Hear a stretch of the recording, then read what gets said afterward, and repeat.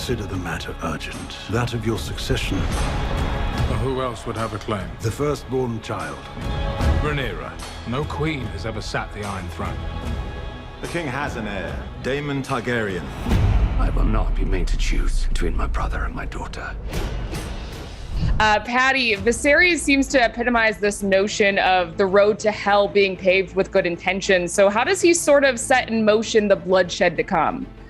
Kind of doesn't really, you know, I mean, not consciously anyway.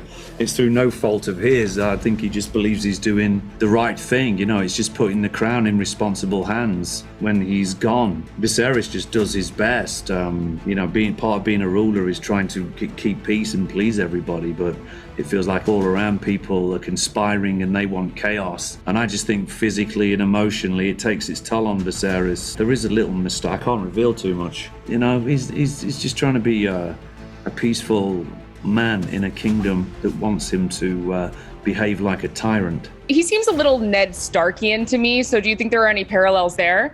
But I can see why you would say that, because Ned Stark had good values. You know, he was a family man, he was a noble man. So there are similarities with him and Viserys. But actually, he was the character that I related mostly to when it came to playing this part.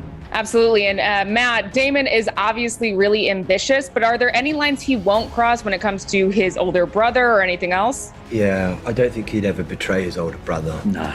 He's, I think he's in awe of him, really, and it's he's the only person in the whole universe who he will bow to, you know, cower to. I think there's a weird, odd, profound respect that hopefully, as the series goes on, you'll see that much as they're at loggerheads, there's a really deep connection between the two of them. And in the Fire and Blood book, Viserys' health and Daemon striving for a male heir are major points. So how far will this first season get in their respective journeys? Pretty far. Yeah, you know, we cover a lot of ground actually in the first series. Years, actually, yeah. It sort of spans a huge, I mean, what is it? It's like 10, 15 years, isn't it? Yeah. And Paddy, you did mention that you were a fan of Ned Stark, but are both of you guys fans of the original series? It was amazing, yeah.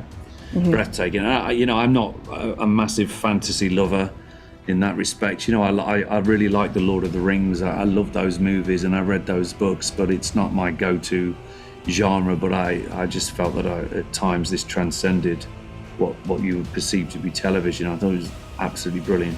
And these characters seem to play a little more with morality a little bit. So do you think there's anyone that audiences will be particularly sympathetic to, or will that switch throughout the season? What do you guys think about that? It ebbs and flows. Yeah, I think it does. Yeah, I think it'd be interesting to see how people do respond to Daemon, and if they do see him in a sort of a villainous way. I don't know. I think I think there might be a lot of sort of sympathy for him at times. Yeah, I do. Yeah, but maybe that's just me. I see the vulnerability in the most terrible people. But again, I think that's a Viserys thing. And a lot of my decisions about playing the character probably came out of the fact that I'd watched the show. And so I understood how the actual Game of Thrones works because I'd seen it corrupt so many people in that series. So when I played Viserys, I almost played him with a knowledge of knowing how corrupt that seat is. So yeah, it informed a lot about how I played the part. I unfortunately think that's all the time we have. But thank you guys so much. I can't wait to see more of the show. And yeah, have a great one. Have a nice day. Yeah. Thanks, take care. See you later. Our hearts remain as one. Oh, our hearts were never one.